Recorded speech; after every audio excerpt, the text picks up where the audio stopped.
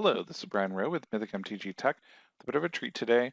I've been playing a lot of vintage lately. There was a Friday Night Magic held over at Mock's boarding house, where I got to play 4 rounds of this Grixis Planeswalker control deck. I went 2-2.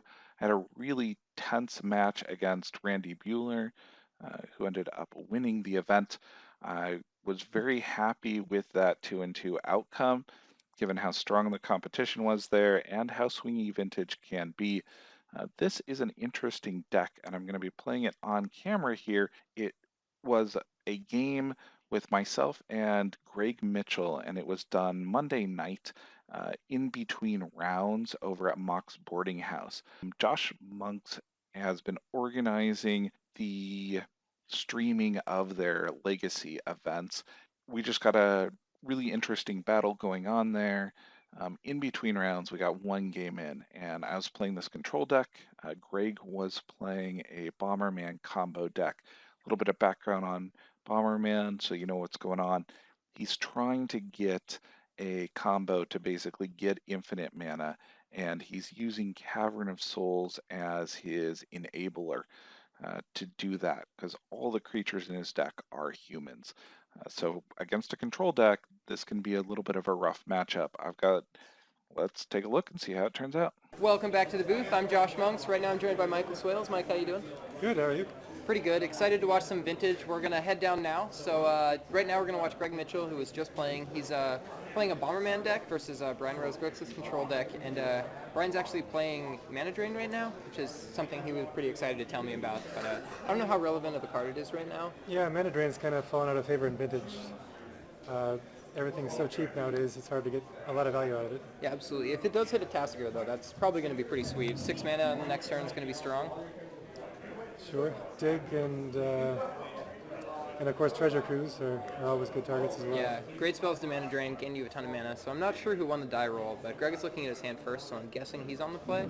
And looking at his hand, it looks like Ponder, he's got an Underground Sea, a top, he's got that Tasker and Tolarian Academy, which is incredibly powerful in this deck, as well as Vampiric Tutor and Mental Misstep. So he's got a little bit of interaction, a little bit of Tutor, and of course the Tolarian Academy to generate insane amounts of mana. Sure, but he doesn't have a lot of artifacts, and he doesn't have a lot of ways to get cards in the graveyard just yet. So it looks like Brian was actually on the play. So Brian's going to go Underground Sea pass, and Greg's going to try and jam that Sensei's Divining Top, expecting it to get misstepped, only for him to misstep back. And it looks like Brian is going to go for the misstep, and it's going to get misstep back.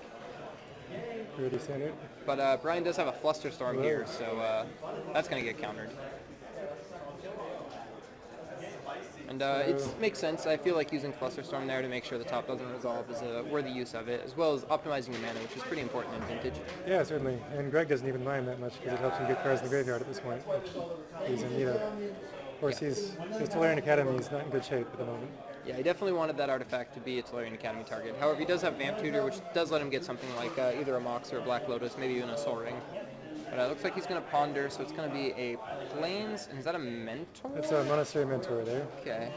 So maybe he's not playing what I thought he was. So Greg's playing a slightly non-standard version of Bomberman. A lot of Bomberman decks are very focused on the combo with just recurring Black Lotus for infinite mana, but he's got a secondary win condition with 2 Monastery Mentors. Okay, so it's a little bit more of a value deck than anything else, and it looks like Brian's hand is a little bit clunky here. He's got a Lightning Bolt and a Toxic Deluge, which are not great in this matchup. Lightning Bolt might come in, so might Toxic Deluge versus that Monastery Mentor plan, but it's not great against the main strategy, which is Tassiger, Black Lotus, Ancestral Recall, Right. and Bomberman. But he's going for 3 mana, so I imagine he's going to drop the Dak Baden that he has in his hand, which is pretty good. It's definitely not a weak card in this situation, but it does leave him tapped out.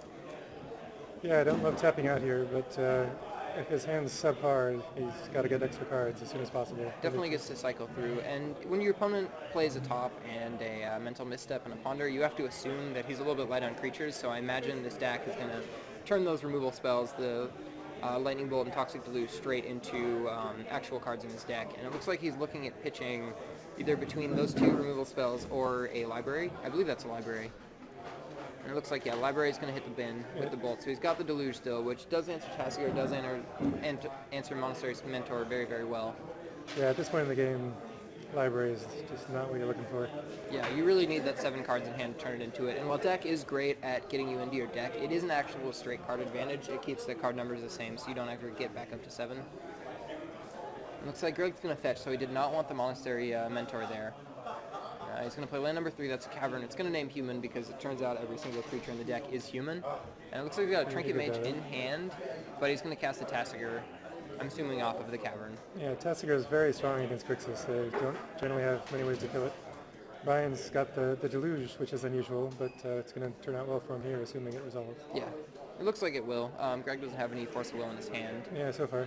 And 5 life is not very relevant in this format, so I don't think that looking at Toxic Deluge is costing 5 life is very relevant. It looks like Brian is gonna mental misstep that Preordain. No, he doesn't want Greg to get into his deck, and if Greg flipped a Force there, that would have been really good for him. Also, Greg's at 3 mana right now. Brian really doesn't want him to get it to a 4th mana to activate Tasigur. Oh, that's a good point. That's a good point. He does have the Tolarian Academy, but that's not active right now. He does have a Trinket Mage, which can get him Ox, but it's not quite going to set him up for 4 next turn to be able to activate Tasigur. Right.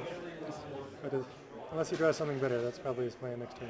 It looks like Brian got a Ponder and a Jace the Mind Sculptor off of that deck activation, so he's also got a Pyroblast in hand, which are incredibly powerful cards in this matchup, but I don't know if spending mana for Jace right here is what you want to do. If he had a land, possibly, because he could bounce Tasigur without it being able to get activated. And when Greg already delved out a bunch of cards in his graveyard to cast that Tasigur, it can be a little bit of a challenge to recast it, but he doesn't get to do it this turn, he has to do it in the next turn. Yeah, I really don't love Brian's play here. He's short a mana to Pyroblast here, so he's yeah, absolutely. He had to hope that his opponent didn't have a removal spell. I imagine that if he had 4 mana there, he would have jammed Jace, though. I feel like Jace is a much cleaner answer to Tasigur in this situation. I would definitely go for the Toxic Deluge with Pyroblast backup. Yeah. Brian's running a little bit low on cards, which definitely turns off the effectiveness of Dak Faden, but Dak is also getting pretty close to getting active. Yeah, if he just needs to hit 1 Treasure Cruise, 1 Dig Through Time, and then he's all set. Absolutely, and he's seeing 3 cards a turn, so it might not be too far away. Greg's going to upkeep fire off that Vamp Tutor, which I'm not sure what he's searching for, but I imagine we're going to see it here in a second unless he decides to shuffle again for some reason. He's got the Trinket Mage in hand, so it's possible that he gets a land and plays Trinket Mage for an artifact, but I doubt that that's a very powerful line, especially now with a card like Vamp Tutor. No. It looks like he decided to go for, it looked like an artifact. Like the Bomberman. Oh, is it? Oh, yeah. Auriok Salvagers? It's a strange choice with only 3 mana. But yeah, absolutely. Well, he's got the Tolarian Academy, but it's producing 0 right now. Right. Yeah, I feel like this turn would be much better off playing Trinket Mage for a Mox, and then he could potentially play the Mox Tolarian Academy, and then have enough to Vamp Tutor if he gets a Black Mox. Sure, yeah.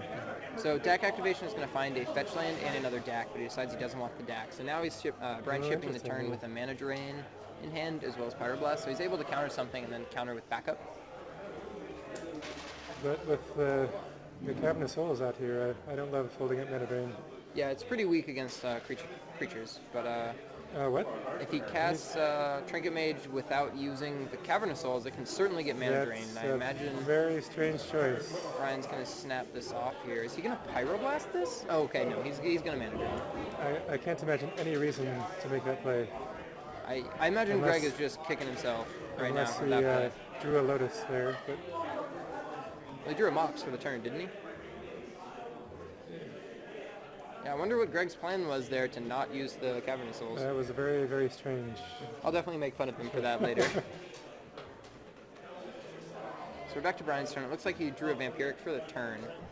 So he could potentially Vampiric Tutor and then activate Dak to draw into the card, but I don't know if he's really looking for anything right now. Well, I think Ancestral Recall or Treasure Cruise would be what my first choice would be. Yeah, to fill your hand back up. And it looks like he's just going to tutor anyways. Yeah, he's just going to tutor for Ancestral Recall anyways. But now he's got to pitch 2 cards, so if he pitches the Vamp Tutor, which it looks like he's doing, it's kind of funny. Makes me laugh just a little bit. Do you recognize what the 3rd card in Brian's hand on the far left is? It's a blue card, but I can't tell what it is. It looked vaguely like Potassium Probe, maybe, but I'm not sure. Could be a Snapcaster. So Brian's going to fire off this recall, targeting himself, of course. Strange choice, but alright. Looks like that's just going to hit a couple lands, which is pretty unimpressive at the moment, but it is fuel to discard to Dak, so they will turn into real cards pretty soon. Yeah, just getting extra cards in hand is really important with Dak on the table. Absolutely. I really want to know what that 4th card is. It's always been on the far left. And of course Dak can ultimate at the moment, but there's no good reason to do so since Brian has very few cards that are going to target Greg's permanents. He did pitch that that Pyroblast. He potentially could have Pyroblasted the Cavern of Souls. That's true. That wouldn't have been a bad play, really. Okay, so there's only a couple minutes left in the round. I believe 1 minute, 30 seconds, 50 seconds left in the round. So we're hoping this game finishes quickly so we can get down back to your regularly scheduled coverage of Legacy. But right now, Greg's going to fire off a dig through time. I imagine Brian can't let this resolve. That's gonna get forced, certainly.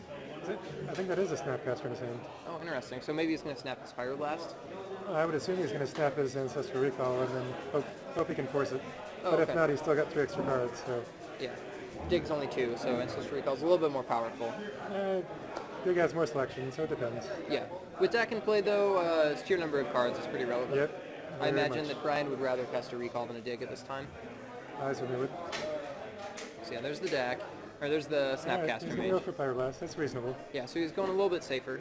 I feel like it's not that huge of a cost if your opponent resolves a dig through time from this board state. Well, with Bomberman, that's not necessarily true, because with Cavern, you could be in very, very bad shape pretty quickly. Oh, that's a good point. That's a good point. So maybe Ryan's play there is alright. So it looks like he has a Voltaic Key and another land, so he's going to pitch 2 lands here. Maybe not. Maybe not pitch 2 lands. Maybe he's deciding which 2 to pitch. Yeah, it looks like 2 lands, so 2 non-fetch lands. And he's going to play the fetch land, attack for 2, and I assume he's going to drop the Voltaic Key, but maybe he just holds it in his hand. Yeah. Oh, with Grixis, it is going to be very tough for Ryan to kill RX Salvagers, so yeah, I think his play may actually be better than mine. In fact, actually playing the Voltaic here is a little bit greedy there, simply because he had 5 mana exactly. He played the Mox, so he has 6 mana, but if he didn't play the Mox, he wouldn't be able to play the Voltaic Key without not having forcible mana. Right. It looks like Dak is just upticking all day. It's getting him so far into his deck. And there's a Tinker, so I think he has the combo and here. Demonic Tutor, I think, too. Is that the other card? Yeah, I believe so. So what's he going to discard? It's going to be a tough choice. Looks like he's holding onto that DT. Yeah, that is a Demonic Tutor. So yeah, he's going to pitch DT here, and I imagine he's going to cast Tinker, go get Time Vault, and then hope Time Vault Voltaic Key is enough. Whoa, really? That's... Yeah, I would have... I mean, Yawgmoth's Will is going to be insane here. I don't know why you would ever... Oh yeah, Demonic Tutor for Yawgmoth? Yeah. Yeah, that's a good point. He doesn't have a Black Lotus, and so he wouldn't be able to necessarily get the mana back. It looks like, yeah, he's going to tutor for that Time Vault. Play the Voltaic Key in his hand and ask his opponent if it's enough, which in this case, it is going to be enough. Yeah. There's a Snapcaster in play already, so he's already got a clock. And that's actually perfect, because we just ended the round. And the game ends with the classic Time Vault Voltaic Key combination to take infinite turns and a Snapcaster Mage to get in those last 14 points of damage. I have to say a special thank you to Card Kingdom and to Mox Boarding House. The Twitch channel has just been set up by Josh and a few other people. The commentary has been great. They've got some videos up over on YouTube.